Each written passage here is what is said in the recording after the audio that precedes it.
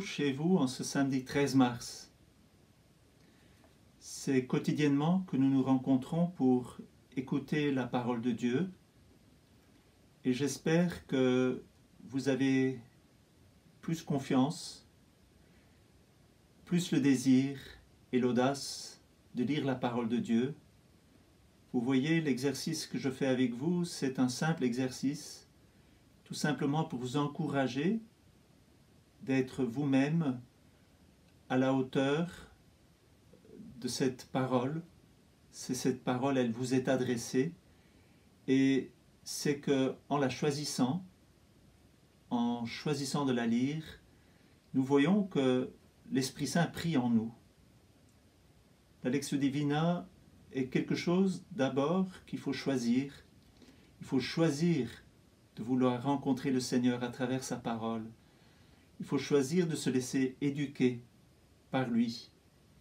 Il faut choisir de se laisser dépasser par notre Dieu qui nous conduit, qui nous prend par la main, qui nous prend par le cœur, qui veut nous donner la vie. Aujourd'hui encore, le Seigneur nous dit par le prophète Osée, « Efforçons-nous de connaître le Seigneur.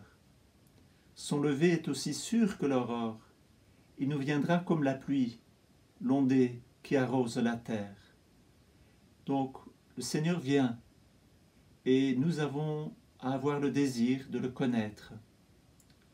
Le prophète Osée dit encore, « Je veux la fidélité, non le sacrifice, la connaissance de Dieu plus que les holocaustes. » Dieu veut la connaissance. Il veut que nous connaissions Dieu, que nous l'aimions, parce que connaître Dieu, c'est aussi l'aimer. L'aimer, c'est le connaître.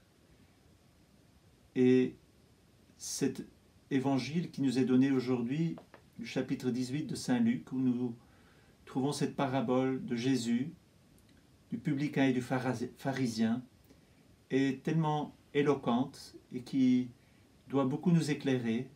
Prenons du temps pour écouter cette parole, pour la murmurer dans notre cœur, pour la méditer, pour que nous choisissions toujours la bonne attitude. Après avoir lu cet évangile, je vous propose de relire le psaume 50, cette attitude vraie, pour le temps du carême, mais pour tous les jours de notre vie. La connaissance du Seigneur fait que, progressivement, nous aussi nous nous connaissons. Et nous prenons cette attitude que Jésus attribue aux publicains, et c'est ce que le psaume 50 nous dit si merveilleusement. En ce temps-là, à l'adresse de certains qui étaient convaincus d'être justes et qui méprisaient les autres, Jésus dit la parabole que voici. Écoutez bien, hein, c'est Jésus qui s'adresse à des personnes qui se croient justes et qui méprisent les autres. Deux hommes montèrent au temple pour prier. L'un était pharisien et l'autre publicain. Le pharisien se tenait debout et priait en lui-même, « Mon Dieu, je te rends grâce parce que je ne suis pas comme les autres hommes. Ils sont voleurs, injustes, adultères, ou encore comme ce publicain.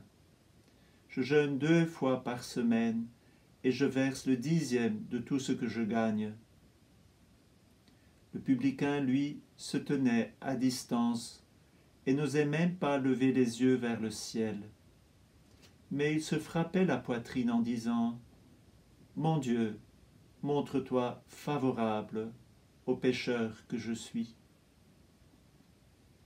Je vous le déclare, quand ce dernier redescendit dans sa maison, c'est lui qui était devenu un homme juste plutôt que l'autre. Et de conclure, Jésus dit, « Qui s'élève sera abaissé, qui s'abaisse sera élevé. » Laissons-nous pénétrer par cette parabole et demandons cette grâce de nous reconnaître tels que nous sommes, pour que nous puissions agir comme des justes. Regardons ce pharisien qui est vraiment un homme qui normalement connaît la loi et qui se comporte selon la loi, qui devrait se comporter selon la loi. C'est lui qui est carrément à côté. L'autre qui coopère, qui collabore avec les Romains, il se sait pécheur. C'est curieux. C'est souvent dans notre attitude d'homme religieux, de femme religieux, que nous nous trompons.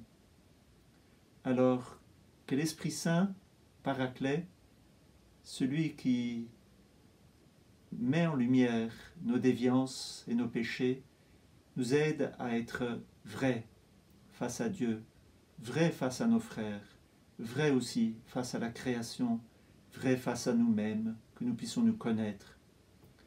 Et en cela, le psaume 50 peut être une bonne aide. Pitié pour moi, mon Dieu, dans ton amour, selon ta grande miséricorde, efface mon péché. Lave-moi tout entier de ma faute, purifie-moi de mon offense. Si j'offre un holocauste, si j'offre un sacrifice, tu n'en veux pas. Tu n'acceptes pas d'holocauste. Le sacrifice qui plaît à Dieu, c'est un esprit brisé. Tu ne repousses pas, ô mon Dieu, un cœur brisé et broyé. Accorde à Sion le bonheur, relève les murs de Jérusalem, alors tu accepteras de justes sacrifices, oblations et holocaustes sur ton autel. L'esprit brisé, ce sont les larmes que nous pouvons avoir quand nous sommes conscients de notre péché. Le sacrifice qui plaît à Dieu, c'est un esprit broyé, un esprit brisé, un esprit qui se sait manquant à l'égard de Dieu, à l'égard de ses frères et sœurs. C'est pour cela que nous avons le sacrement de la confession. Et nous pouvons toujours regarder ce sacrifice de Jésus, le sacrifice de la croix, où Jésus se livre au Père. Ce sacrifice qui plaît au Père, eh bien, quand nous savons pécheurs et que nous courons vers Jésus, si nous courons vers le sacrement de la pénitence, eh bien, ça aussi c'est un acte qui plaît à Dieu. C'est un sacrifice qui plaît à Dieu. Alors demandons que nous puissions plaire à Dieu à travers une connaissance de Dieu et en connaissant Dieu, en se connaissant soi-même, dans notre lien à Dieu, dans notre lien à nous-mêmes, à nos frères et sœurs et à la création. Bonne journée, à demain.